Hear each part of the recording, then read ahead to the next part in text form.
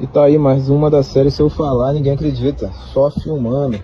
O cara chegou na oficina, cliente relatando um barulho estranho, dificuldade para pegar, rateando, queimando óleo.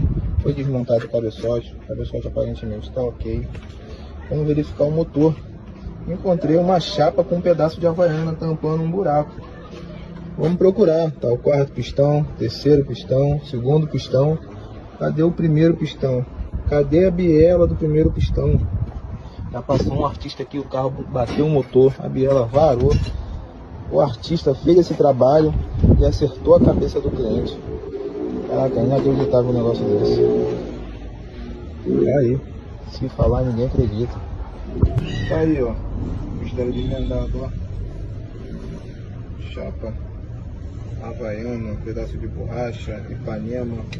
Mais um mistério resolvido. Eixo 100% de certeza batido.